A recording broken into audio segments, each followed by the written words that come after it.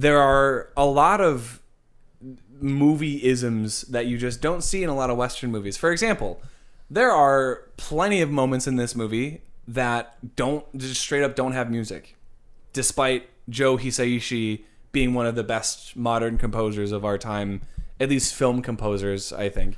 Dude, anytime I hear a piano in a Ghibli movie, oh my god, it's so good. It's crazy, man. It just gets you.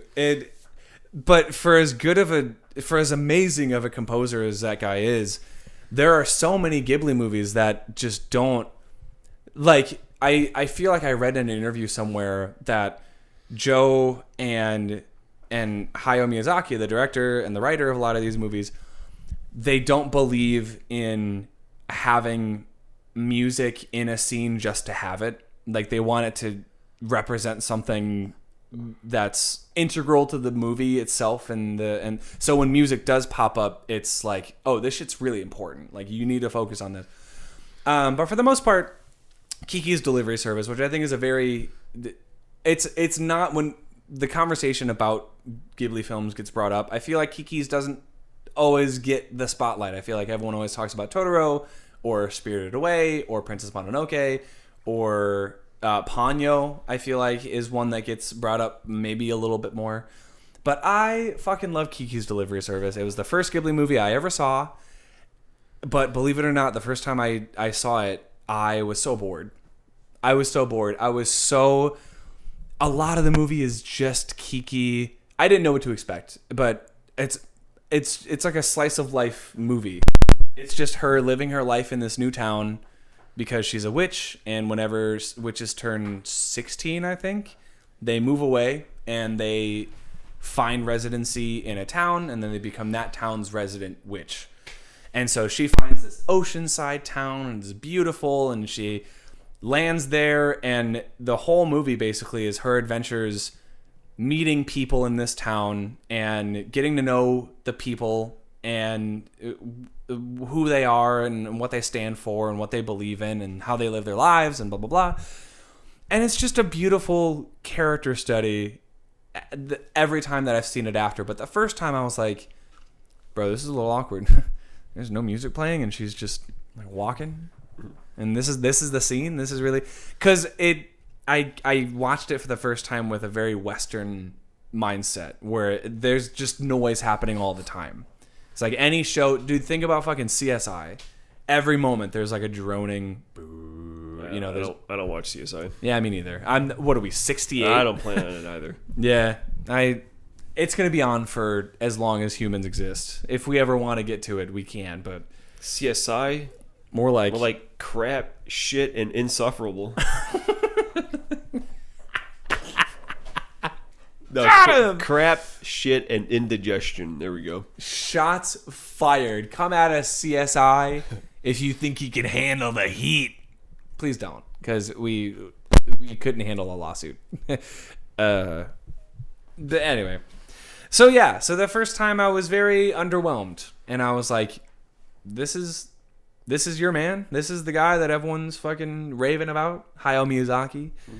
And then a couple of Ghibli movies later, after having watched Totoro and Spirited Away and Princess Mononoke, you adapt to his style of directing and writing, and you learn that Hayao Miyazaki is a very deliberate director, and he very, very few times in my life have I watched a movie by a director that so clearly knows what they're going for that I realize it's more enjoyable to let go and just be taken on a journey instead of trying to overanalyze everything.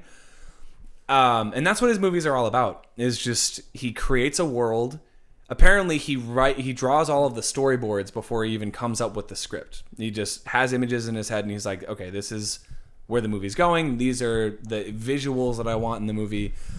And then you watch the movie and you realize, oh yeah, this is what the movie's all about. Is just it's not necessarily about finding the plot or the importance of the plot. That all that stuff kind of falls into place after. But it's about creating a world that you want to get sucked into. And once you're there and you let him hold your hand and guide you through the character's journey that he has ready for you, it's just a really beautiful thing. People call Kiki's Delivery Service a coming-of-age movie where she discovers who she is, who she wants to be. She loses her powers, and she has to figure out how to get them back. I compared it to Napoleon Dynamite at one point, just because they both kind of feel very similar in the sense that it's kind of a movie where I wouldn't say nothing happens, but Kiki is she's a not very active character. I feel like things are always happening to her and she reacts to them. Whereas, in other movies, it's all about the main character plowing through the plot and making this very big decisions to do stuff. And only by the end of the movie does Kiki become an active character. And that's part of the beauty of it, I think. And also, the music and the animation is also beautiful. I love the animation in Ghibli movies so much. And we are actually going to see Nausicaa of the Valley of the Wind later today because Ghibli Fest is back on. And Castle in the Sky tomorrow. Castle in the Sky tomorrow. And hopefully those have even more banger-ass soundtracks. Let's hope so. And let's hope that they have banger-ass visuals and characters, too, because everyone loves those movies. And everyone talks about how great of movies those are and underrated. But I think Kiki's Delivery Service is underrated. And I think I realized, I think it was the third time that I watched it. I watched it with my little sister. Shout out Gabby. But I watched it with her. And the opening scene of it fades from black onto a field, and you hear the wind, and you see the wind blowing through these long blades of grass, and you see a lake and big ass clouds just like floating. And then it cuts to Kiki listening to a little portable radio talking about the forecast. I almost said podcast. Yeah, she was listening to fucking Joe Rogan on the beginning of the Kiki's Delivery Service. But she was listening to the weather forecast, and she's just laying in the grass. And just the way that everything is framed and the way that the direction moves you towards the main character in such a slow way, it should have been obvious to me what kind of movie we were in for. And yeah, and I don't know. I like it a lot. And that time watching it with my sister, I realized, oh, this is a comfort movie for me. And I just get emotional when I start to watch it because I know, like, okay, everything's going to be okay for like 2 hours. And I don't have to think about anything else. I'm just going to sit down, watch this movie. And it's a crazy feeling, finding a comfort movie. Because I don't think I have very many of those. But I want to ask you, after talking about Kiki's Delivery Service for 2.5 hours, what do you think? It's funny how you mentioned the first time you saw it, you were bored. I remember, I think Kiki is actually the first thing of anime I ever saw. Only because in those old Disney VHS tapes, oh yeah, they always showed previews for Kiki's Delivery Service. Same thing with the Pokemon VHS tapes. Every single one had Kiki on it. I remember as a kid, I saw it and I was like, that looks stupid. I don't like how it looks. Because like you said, it's different. Yeah. Western and Eastern animation is very different. Yeah. So I was like, that looks dumb. I don't want to watch that. Right. And this movie's kind of like the Beatles in that way. I was like, oh, I heard this song, and that song sucks ass. So all their songs must suck ass. Yeah. And then you actually dive into it, and it's like, oh no, that was actually pretty good. Yeah. I'm convinced that if I saw this movie as a kid, I probably would have liked Cats. Really? I like Gigi. Oh yeah, because of Gigi. I like Gigi. Gigi's awesome. Voiced by the late great Phil Hartman. Yeah, no, apparently there was a lot of improv on his part too when he was recording lines as Gigi. No, but Gigi's great. Gotta love Gigi. Yeah, like you said, there's not a lot happens. Just kind of shows up at this town, works at the bakery, delivering stuff, and then there's the kid who's simping for her. Oh, Tombo.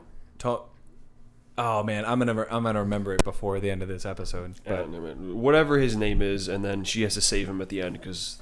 Yeah, and that's the moment that they put in every single fucking trailer on those VHS because they knew they knew that was the only exciting part of the movie. Yeah, was the very end where something actually happens. Yeah, and the music. It's one of the only moments where music plays for more than like 5 minutes at a time. This movie also has the worst character in the Ghibli movies that we've seen so far. That fucking bitch granddaughter. Oh my god. Oh my, because there's the whole like plot where Dude, she's such an asshole. Yeah, they bake the like fucking pie or whatever. Yeah, they go through like all that shit, Mm-hmm. and she delivers it, and she's like, "Oh, it's just that stupid cake from my grandma or whatever." I was like, "Oh, you." Yeah, well, and Kiki delivers it in the rain, and she tries to protect it because she gets this job through this bakery of like delivering baked goods because she can fly on the broom. So they get this delivery request to, the grandma bakes this. It's a herring pie, and she like goes through all the effort of like staying at the house while the herring is being cooked, and like she helps out the grandma clean, and she becomes really close with this grandma, and then she delivers it to the granddaughter, and yeah, she just has the worst fucking reaction, and it's just like, it's so sad, dude. Oh my god, it sucks so much watching that play out. Yeah, worst character. Yeah, dude. Just the worst.